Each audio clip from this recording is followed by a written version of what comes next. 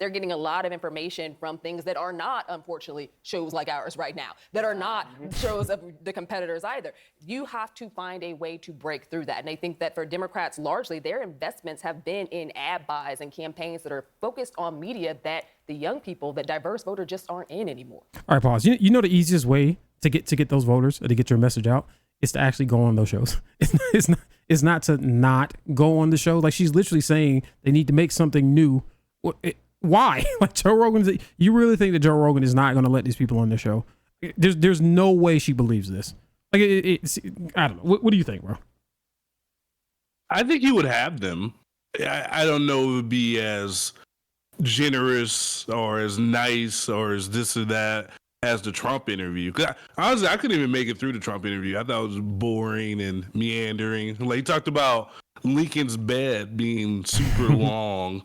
For honestly, like I didn't finish minutes. it either. Yeah. So it wasn't a great. People say, "Oh, Trump was on there. Trump was on there." Okay, but how did he do on there? Because from what I saw, it was nothing. It was boring. He was just telling lies, really, which is kind of a problem. Which doesn't always get talked about. Like Joe Rogan, Theo Vaughn, like they give softball interviews. Like there's no really fact checking. There's really no pushback. Yeah. So it's almost. Of course, if I was Trump or whoever else, I'd rather go on this comedian's podcast who's going to give me a fluffy interview than go on 60 Minutes or whatever else. But how is that any different than what Kamala and Democrats do? They go on mainstream media, and Kamala got so many softball interviews. Her most difficult interview was the Fox News one, and she did horrible. She did horrible. And then she also had the opportunity to go on Joe Rogan, and she didn't go. She had a million stipulations and didn't go. So I just don't see how that's a shift in his position or something, or he's giving us. It's Theo Vaughn. Who cares? Like, she could have gone on Theo Vaughn, but she decided to go on Call Me Daddy, that's where her softball interview was, But I hate to say ratings, but like, look how many views that Call Her Daddy podcast got compared to every single interview that that Trump went on every podcast. It dwarfed it. If I'm a campaign strategist or whatever, and I'm running her campaign, she needs to go on those podcasts. She needs to go on those shows. Not going on it, it's stupid. Like, it didn't make sense. And like, I don't think that's a detriment to those people. I think that, and history shows this because she lost, that's harmful to her. It's harmful to Democrats. So you don't need someone new. Just go to where the people are currently. That's all, in my opinion. That's all you gotta do. If you have a strong candidate, but Harris, it wasn't a strong candidate. So, yeah. If it was me given the limitation of Harris, I mean, let's be honest. Harris couldn't even go do a fluff interview with the View and get it right, because that's really where her biggest foot in the mouth moment was, when she was on the View and they said, "What will you do different from Joe Biden?" And she said, "I wouldn't do anything differently from Joe Biden." I am Joe Biden. It was just softball question, and then it got made. Then it was in attack ads. It was everywhere. And why would you tie? It's just common sense. Why would you tie yourself to this politician, Biden, who's not? It's not just because his brain isn't there anymore, but also he's not popular in general. Like, it's just such a dumb move of her. So if she can't even get through the View, I don't know how she would do 3 hours on Rogan. But I would have sent Tim Walz in. Tim Walz would have, and I say this because they're both hunters. They both have other things in common. Like, Tim Walz and Joe Rogan would have gotten along. I mean, you're right. She would have done bad regardless, but she still should have went. Like, avoiding it was just a dumb play. Regardless, it's just a dumb play. Democrats need to find a message first. What is their message to voters? That I don't understand. Do they want to be the far left? Do they want to be moderate? Do they want to be, where do they want to land? I mean, it's so inauthentic to me to hear, like, we need to find our own. How are we going to create somebody out of thin air? First, they need to find a message and figure out who they are, and then figure all that out. So it wasn't healthcare access. It wasn't housing affordability. It wasn't childcare affordability. It wasn't having, assistance in your home for the, that sandwich generation. None of those things. Look, you guys are the one arguing all the time on TV and on radio and everywhere else about what the message is. I'm just saying they need to figure out the message. And then, to be clear, Republicans argue about their message all the time. And I think I grew up with right-wing radio and obviously Rush Limbaugh. There's always been a robust right-wing media ecosystem. And the question I have is, how much of this is actually about audience and what you will allow? Meaning, the campaign didn't let Kamala Harris sit for 3 hours. And I don't think the Stupid. campaign would have put her in front of Theo Vaughn to talk about his cocaine habit. Stupid. Like, Democrats have a different sense of like what's okay to do. That's actually precisely the point. However, Bernie Sanders had no problem going on Joe Rogan years ago when Joe Rogan endorsed him. I've been on Rogan's show 3 times. I've probably heard over 100 hours of it in the past decade. A decade ago, Joe Rogan was a Bernie Sanders supporter who would get emotional talking about how important it is to legalize marijuana, who would get emotional talking about how important it is to get Christianity out of politics, in particular on the abortion issue, who had a host of left-wing opinions, including about healthcare. And liberals drove him away by calling him a racist, unearthing jokes he made, calling him a misogynist, really with no evidence. When you make racist calling him jokes, a trans. He Well, did people- say he did have the wait. N-word. Let He did have the Coleman N-word cook. scandal. Let Coleman cook. Let him cook because again, this is the exact argument. He that I've has been said making. racist things. Okay, I like hold on. Rogan. I like past Rogan more so than Look. current Rogan. I wouldn't. I'm not sure if I would call him a racist, but he has said straight up racist things. Look, what Coleman is saying is the exact same thing that I've been saying for years, especially about Joe Rogan and about anyone who disagrees with anyone on the left. They literally, and you're not aware of this because you're not really like on social media like that. Well, fair play, but for years they have been calling this man a fascist, a racist. He's this, that, and the other. You really think somehow he was like, yeah, I'm just gonna up and leave because I moved to Texas? Or did he think, okay, these people are insane. I can't even have an opinion anymore because they're going to label me, a fascist. So they're going to just who in their right mind could come to that conclusion? And I'm guarantee you that he's going to continue in his statement here. And I guarantee you that they're going to push back like, no, he's a racist. He's a fascist. I wouldn't call him a fascist. Like, I've never seen Rogan say anything fascist. But he has said racist things. I know about the whole like N-word scandal, and he did apologize for it. That doesn't make it okay, but I don't think that makes him racist. It doesn't make him racist. Does that make Jimmy Kimmel racist? Jimmy Kimmel was he like in blackface? Was that him? Yeah, he did like Karl Malone back in the day or something. Yeah, like. Anyway, maybe he's racist. I don't know. All right, fair. All right, let's let But he Coleman has done continue. other things, like calling. I remember, and this is when I used to watch the show. Like I remember he went to the movie theater. There's a bunch of black people in there. He's like, "Oh, this is Planet of the Apes." Like he called the movie theater. Was he telling a black joke? people playing apes? Was he telling a joke? He's a comedian. Was he telling a joke? I mean, Joe Rogan's also not funny at all. So Okay, but I've not seen that clip. I've not heard it. He has done other thing. One other example would be, I remember he had like this biracial guest on, and he's like, "Oh, look at you! You have the what did he say? You have the mind of a white man and the body of a black man. You got the best of both worlds." Okay, so that's clearly a joke, but it's clearly It wasn't a joke. It's Like clearly he was just him flat out saying it. Yeah, but he was. I have not seen it, but I doubt he was like being dead serious. Like, yeah, I'm a eugenicist. This is what I'm talking. Let me finish. Racist. I think he was trying to tell a quote unquote edgy joke, and it landed poorly, and it was bad. That tends to happen. I seriously doubt Joe Rogan was like, yeah, I'm a eugenicist and I'm about to analyze you visually and be like, yeah, you got the best of both worlds. I think that is such a reach. I don't think that's not a reach. That is that's a reach. crazy thing That's to a say to reach. someone you just met. Yes, it is. I'm not saying that it isn't, but to come to the assumption that this is what he's actually thinking and not trying to make a joke that landed poorly and it was horrible is a reach. He was not in his head saying, yeah, I'm a eugenicist. You got the best of both worlds, buddy. Like, come on, man. Like, Well, one thing could be a mistake, but once it happens repeatedly, it becomes a pattern. Well, okay. Well, let's let Coleman cook. Full of color. Calling him a People lot of calling you comedians racist is make likely going to jokes all the happen. time. Calling him transphobic because he didn't like He seeing also didn't Fallon love the Fox vaccine thing, right? beating up, To our point earlier. That also used to be a left-wing opinion, to be against vaccines like 20 years ago. Again, That's true.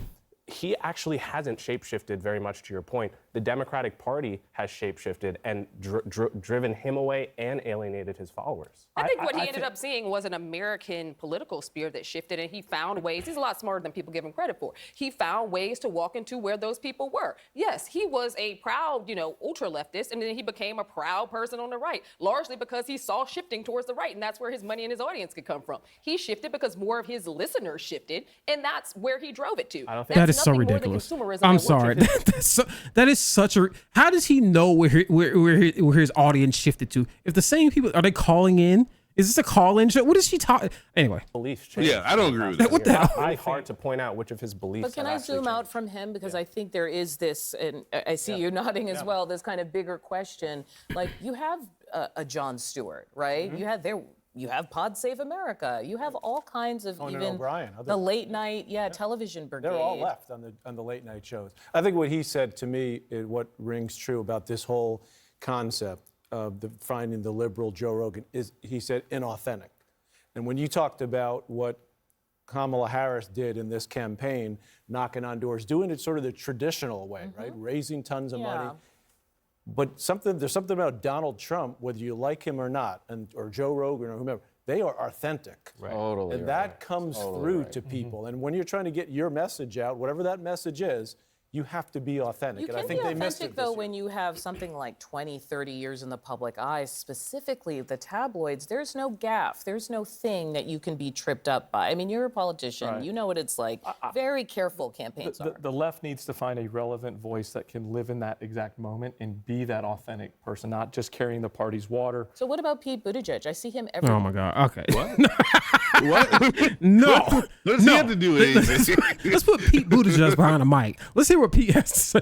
I don't think. I hope that's not what she was saying. I think that's what she was would saying. make no sense. give Mayor Pete a podcast. Is that Why? what she's about to say? Yeah. Let's see. Let's find out. everywhere online, and he goes on Fox constantly. That's what she's saying, bro.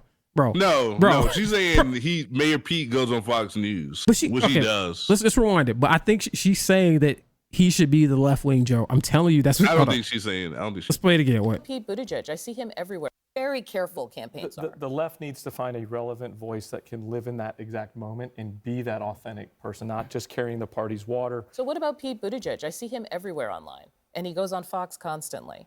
But That's what she's saying. That's not what she's saying. Let it keep going. Let it keep going. A day-to-day, No, I just hourly, mean hourly. like it's possible Oh, yeah, for figures to go out. Absolutely. I mean, you got to hit all the boxes. You got to be a good communicator. You got to be relevant. You got to be able to push back. You got to be able to invite guests on that are newsy. But remember one thing here, because I keep hearing I heard it from you a couple times. Mandate. Okay, Donald Trump's gotten almost 77 million votes. He's approaching 77 million. Kamala Harris is approaching 74.5 million. That's a $2.5 million vote difference, which is big but not huge. So is it really? I mean, I know the Republicans have to always say it's a mandate. Is it really? They don't really. That's Okay, sorry. They don't really have to say it's a mandate. It is a mandate. When the House, It's when the not Senate, when the huge. House, when the Senate, on the presidency, it's a mandate. It's a mandate. It doesn't matter if he won by 1 million or 2 million. You win the election and you win the House, you win the Senate. It's a mandate. Like it just. That's all that really matters. a Yeah. minute, yeah. But Like it just is what it is. Like the people that went into the ballot box and voted down ballot Republican, clearly that's a mandate. It's clearly what happened. So I don't know. But going back, she did say that Mayor Pete should be podcast Pete. That is what she was saying. That's not what she said. She said Mayor Pete goes on Fox News. Like basically, why couldn't Harris do that? Like why couldn't Harris go to opponents? Like basically what you were saying earlier, go to where they are. No. Mayor Pete actually goes to on Fox News, and I saw him other places. I saw like Jubilee, the YouTube channel. Well, she's saying that he goes on those places, but he would also be a good candidate to be podcast Pete. That's the way I took it. We can go back and look at it again, but I think she was saying that he would be a good candidate because he could speak to everyone. She's saying that the left-wing Joe, Joe Rogan, they don't have one. And then the ones that they do have, they don't go and speak to everyone. That's what she's saying. And I think she's alluding to the fact that Pete does that. So now she wants to make Mayor Pete, podcast Pete. And if they do that, this is the way I took it. That's horrible. That's stupid. It makes no sense. Who do you want to listen to Mayor Pete? Do you want to follow Pete? I need to know. No, he's good at debating. He actually is one of the better at debating and being kind of like that attack dog. But I wouldn't listen to a podcast of him now. Definitely not. So this kind of goes back to the last video we had. Who is the left wing Joe Rogan? I think the left wing Joe Rogan is Joe Rogan. Just go on Joe Rogan. But who do you say? Since you think he's shifted somehow, but I disagree. I don't think it matters. Like I think almost going back to that Hassan video where when they asked him this question, and he said policies. Like this is where Yeah. my mind goes too. Like if she would have, I think maybe once I heard her mention the minimum wage. Like if she would have said like I want $16 minimum wage, I want free community colleges, like that sparks the youth. Is policy that actually affects them. And it's not like $6,000 for a newborn for the tax credit. That isn't horrible, but compared to the things that Sanders talked about, that's way better. Like Right. I read that free college than $6,000 for a newborn. Well, I think it's policy and message, and I think that's what this whole podcast thing that they're talking about comes to, because she's not going on podcasts. She had poor messaging, poor policy. No one's gonna like. They say that podcasts and YouTube spaces are all dominated by right wingers. They're really not, to be honest. It's just that the left wing didn't go on these establishment. Wow, that's crazy. Establishment, quote unquote, podcasts. They avoided them, and for years they've called them racist, transphobes, and fascists. This is why they would not go on these shows. This is the problem. And then when they lose the messaging battle, they turn around, and this is what's happening right now. They say, "Oh, all these people shifted. We didn't leave them, but now we need to find someone else." And they give the worst possible people to place as on these podcasts. To me, it's insanity. Like it's absolutely insane. Like they need to look in the mirror, put up a good candidate, and just go on the shows that are there. Yes, maybe somebody else may pop up out of the woodwork, but go on that show as well. I don't think there's any show that's out there right now that's like, well, there is. There's one, that's like so right wing, like crazy, literally fascist right wing. Oh yeah, don't go on that. But I don't think Joe Rogan is that. I don't. So, but they do. I would say the right wing does dominate the internet to a degree. When it comes to these type of shows, when it comes to like being a Ben Shapiro, a Tim Pool, or being more of the comedian podcast side of things. I don't know why you don't see it, but Theo Von does lean right nowadays. Honestly, so but Rogan, so what? Let's say Theo Von leans so. There are no. I can't think of any like white guy podcaster that's like leans left. I can think of some black ones like Charlemagne. Secular Talk. I won't call that podcast. That's a YouTube channel. Look, those YouTube channels that put up them shorts, some people consider them podcasts. I think all those I'm talking about the entire space. Secular Talk, is that still Kyle? And then what's the other guy's name? He's always yapping too. There's a lot of left wing, quote unquote, white guys who have YouTube channels and podcasts. There's a lot of them. They have YouTube channels. So I'm talking podcasts in particular. Since the CNN and his videos talking about podcasts. So I think there's a misunderstanding of like actual podcasts. Like Joe Rogan is a podcaster, but a lot of his viewers, I don't know the numbers, come from YouTube. Like same thing with like these other quote unquote podcasts. Like Hassan is a streamer, but a lot of people watch his content on his stream and his YouTube. Like not even his YouTube channel. Like other people put up YouTube clips of him. So when people say podcast, and when I say people, I'm guessing I mean the gray haired gentleman on the left here and the lady on the right. They consider anything that's on the internet, a series of tubes, to be a podcast. Like, no, it's just content that's easily consumable that you can pull up on your phone or your computer whenever you want. That's what I'm talking about. I'm not talking about the old school podcast where you got to go to Spotify and click on it and say, oh, it's a podcast. No, I'm talking about all media. I think there's plenty of them left and there's plenty of them right.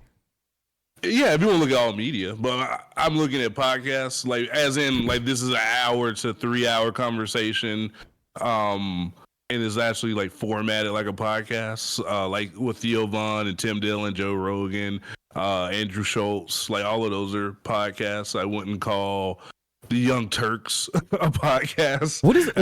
I would call Secular Talk a podcast. Okay, like Schultz, what he's doing is no different than what the Young Turks are doing. Like the Young Turks are more like news, but like when they quote unquote record their podcast, they're also recording the YouTube videos. It's the same thing Joe Rogan does. Like, so I don't separate the two. I understand you might want to say I don't like because that same recording is on YouTube.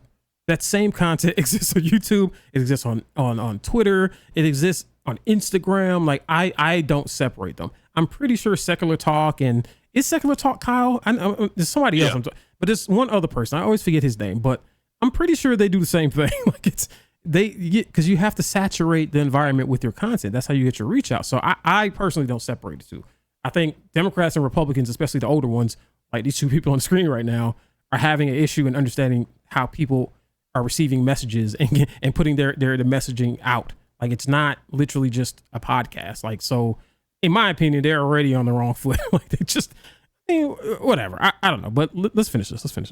A lot of votes that Harris received in this When you have the campaign. Senate and the House, I think that's I a pretty, understand. pretty big voice that the American. It was a solid victory, no doubt. Was mandate's it the wrong was it a word. mandate? I actually want to know, I think X has a role to play in this because there's a little bit of shadow boxing the past activism of the past decade. And by that I mean that when Elon Musk purchased Twitter, people were always worried about what would happen on Twitter and the Twitter mobs coming after you. And the kind of progressive politics that was able to punch up from Twitter more or less feels disbanded under X. I mean, am I wrong? And a part of that is because the people are still algorithm like, has- oh my God, what about this? And The I'm like, algorithm has changed significantly, and a lot of those activist voices have been quelled. Many of them don't pop up in people's regular search engines. Instead, you're hearing a lot more from the right, and part of that is because that's how Elon set it up. He amplifies the voices of the right wing. He amplifies his own voice, and he's trying to ensure that, all voices are not heard equally.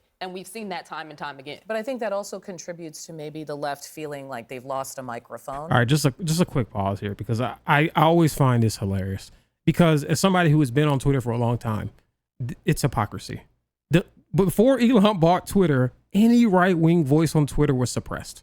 They're doing now they're complaining about the exact same thing that they used to do. It's hypocrisy. I'm not saying that he's not doing it. I'm just pointing out the fact that it's funny that they're complaining about the very thing that was done to the other party. That's all I'm saying.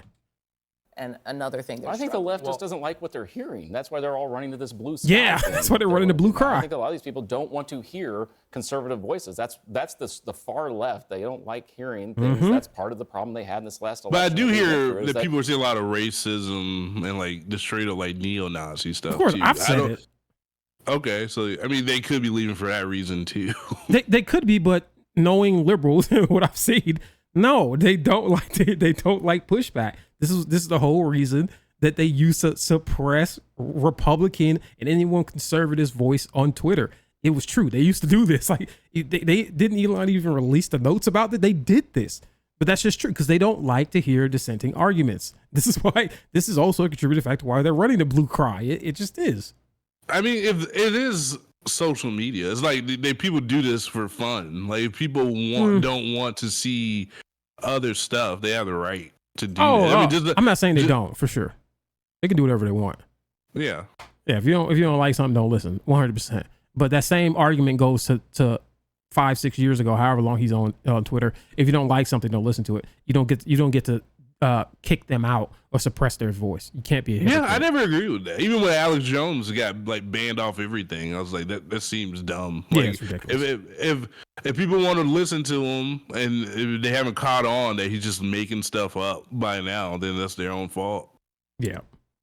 when you don't agree with me 100% of the time, well, you're out the door. Right. And I think that's what's been happening on X. Harry Enton on this network reported that X's frequent users now are exactly split between Republican and Democrat. Now, if that's true, oh man, see Coleman, I forgot about that. That's true. If that's true, and CNN reported this, I remember seeing that, saying that it's split down the middle. Like it's actually become more even. I mean, visually, I don't know if that's true or not, but I do know before. It actually was CNN's own poll. I don't know if they're going to show it here.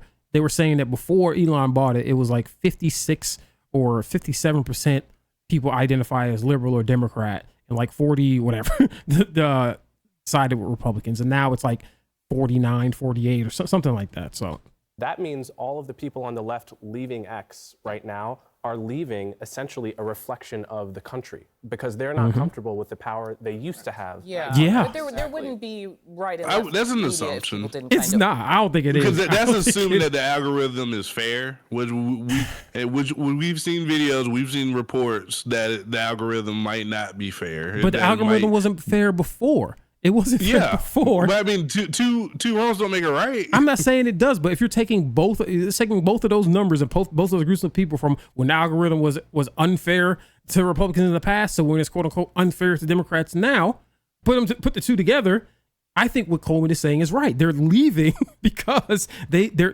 leaving where the majority of people are, whether they're left or right. They're leaving because they don't want to be a part of it anymore. Meanwhile, the Republicans who had their voices suppressed in the past, they stayed. Their voices were suppressed, but they didn't stay. I think that's what Coleman's saying, and I find it hard to disagree.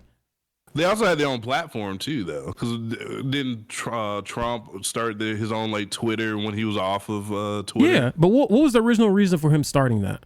It's because they kicked him off of Twitter, and they were suppressing and even banning any Republican or conservative on X. So literally the same thing. It's like it's really funny. The same exact thing that they were doing, right? No one told them to go make Blue cry. They made things based on CNN's own reporting. They actually made things more even. Like the distribution of Democrats and Republicans or liberals and conservatives is actually more even now than it was in the past. And they picked up their bags and said, we're going to go make a new app. Meanwhile, Republicans years ago were banned. They couldn't even speak at all. No one kicked them. No one told them to go do that. They were kicked off. So I find it funny how they don't like what's happening to them. Meanwhile, Republicans and conservatives had to deal with it for years, and now all of a sudden, like, oh, it's the platform that's the problem. Like, come on, man, like you're being a hypocrite. You're being a hypocrite. I mean, who's ever in a losing situation is the one that's going to be complaining and leaving. Like, that's just human nature. But the difference for me, I agree, but the difference for me is like the Republicans didn't want to leave, and most of them didn't. They were forced out. No one forced the Democrats out. These people going to Blue cry, and no one forced them to leave. They did this on their own volition. They didn't want to compete with the people on the app who they've suppressed for years. They did. I mean, maybe they don't want to debate. Like maybe they just want to talk. No. Yo, that's what you're going with that? No, I'm telling you right now. The liberals on social media, they want to debate. They want to talk. They want to yap. They just don't want you to disagree. That's what their issue is. Anybody disagrees with them, this is why they always label people things. They either get labeled or they try to shut down their voice. They've been doing this forever. I'm telling you, man. Like conservatives very rarely do this. They're missing a few things here. Like for was it Coleman? He the black guy? Yeah. What he said before wasn't really true because America's supposed to be like a third Democrat, a third Republican, a third independent. Yeah, this is what it's projected to be. It's like a third of each, Republican, Democrat, and independent. So it's not, if Twitter's literally pretty much 50-50, Democrat, Republican, I wouldn't say that's a reflection of real America because there are, like I said, a third of the country is independent. But it's a reflection of the two major parties who exist on that platform. That's what he's saying. He's not saying, oh, what about the independents? Like he's saying the two major parties that exist on that platform is a more even distribution of them than it was in the past. And that's based on CNN's own reporting. That's what he's saying. And then also like the left's Joe Rogan is going to be somebody that they want it to be someone that they can control. It wouldn't be someone like Jon Stewart or something like that. I agree. That's why they want Mayor Pete. Podcast Pete. For me, it just feels like it should be the public square. I think those are Elon's words. He referred to Twitter as the public square. Stole that from me. It feels like his thumb is on the public square, right? He's influencing it with, like I said earlier, 4 out of the top 10 feeds are coming from Elon Musk. That just doesn't feel authentic. Like that. Yeah, which is, I mean, it's interesting. I think that sometimes it's too navel-gazy, right? Like it's a media thing, like whether we're on Twitter or not. But you also saw in this last election how much media still matters. It may not be the traditional media the way we think of it, but sitting down and doing a good interview still means something. Mm-hmm. Wherever you do it. Yeah. Yeah. So, in my opinion, with that finally being over, I think CNN, this would never happen, by the way. CNN, MSNBC, what else? What other? The View. I think if any of these major networks were smart, I don't think they are. I think these media corporations are going the same way as newspapers. People don't really watch this as much as they used to. I think only major news they need to report is like world news. Like if it's a major world event, then you should have the traditional media. You should have your nightly news, like your local news. But I think these major shows, they should all go the way of quote unquote podcasts. They should all they should not have an hour-long episode filled with ads of the View women just yelling at each other, making up nonsense. Just get rid of it. Get rid of it. Find your best talent and give them a podcast or bring in new blood. But these shows, even this show, I didn't know what show this was. This needs to go. This needs to go. They're hemorrhaging ratings. Like but they don't understand the new media landscape clearly. Like everyone wants to watch like a 2 or 3 minute clip. If they watch something longer, it needs to at least be consumable and in a format that's like a podcast, quote unquote, because everything's a podcast. So as long as there's a mic in front of your face and the speaker has a headphones in, it's a podcast. So this is what I think. I don't think Joe Rogan has shifted. I just don't see it. Let me know if I'm wrong, but what do you think? Finish up. Let me know. Yeah, you can't go from Sanders to Trump without going right. And another example would be Bill Maher. I remember I think he was 16, maybe 20. He had went from Bernie Sanders to Amy Klobuchar. Like, I was like, who in the world goes from Sanders to Klobuchar? I think even that is moving right.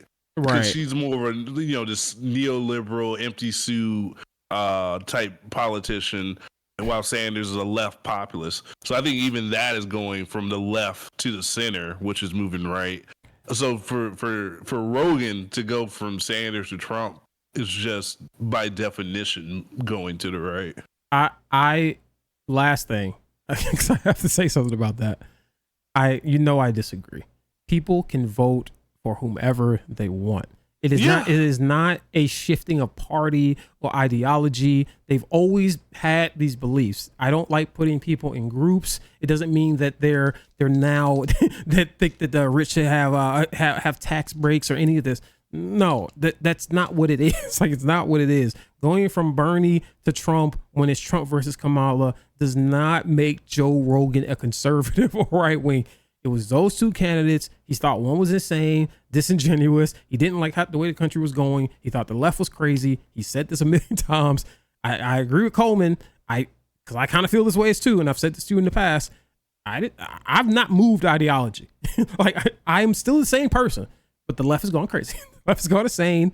No, there's no way that anybody in their right mind can look at that party and look at those candidates and be like, yeah, I want to get behind that. And yes, it is because of policy. It's because of policy. I think it's silly that people so often say the left is going crazy. They are left is doing this and doing that. But what about the right? Is the right sane? Is the right not going I'm not too saying far? the right is sane or insane. Right now, because this is a topic. Insane. This is a topic of discussion. We are talking about the left. I am laser focused in on the left. But that's that is problem. what we're talking about. Because no, it's not. I'm not like doing the Bill whataboutism. Or a Pierce Morgan and so on. They'll say, "Well, I'm a Democrat," and then just only criticize the left, and they never really criticize the right.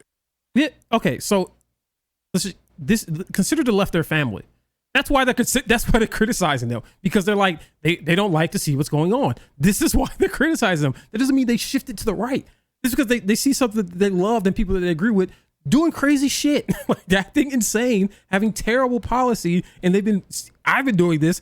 Ringing the alarm bell for years, and no one wants to listen. And the same people who have been ringing the alarm bells have been called crazy, fascist, transphobe, just everything.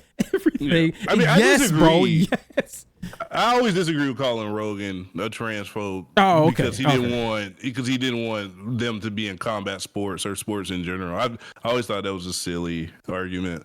But no, my point is, and I also would say Joe Rogan dropped the ball. Like if you have a show and you have millions of listeners, millions of watchers, and you're interviewing a candidate more or less a week before an election, you should have questions ready. You should have fact checking ready. You shouldn't be doing some softball hand job interview a few days before an election when you have as much power as a Rogan or anyone else even near that level. Like, he dropped the ball during doing the interview the way he did it. I don't know, man. You get no the last pushback. word. So, He had no pushback. Who had no pushback? Joe Rogan? Yeah, Joe Rogan, when he's asking him questions. Oh, you mean when he was Trump's, asking Trump questions? Yeah, when he's asking Trump questions and Trump's lying. We talked about that. To me, so what? Kamala, go in there and get your softball. Go somewhere and just, so what? You still have to go on. It probably wouldn't have been a go on softball for Harris because he agrees more and likes Trump more than Harris. Okay, but there's still other places that Kamala has gone and she got softball interviews. So to me, it's just that's a non-argument. But my thing is, no one should be getting softball interviews. Yeah, I agree. That's No one should. But she still should have gone on. It wouldn't have made a difference because I still think she would have lost and she would have did horribly. But you still got to go. You still got to show up. So yeah,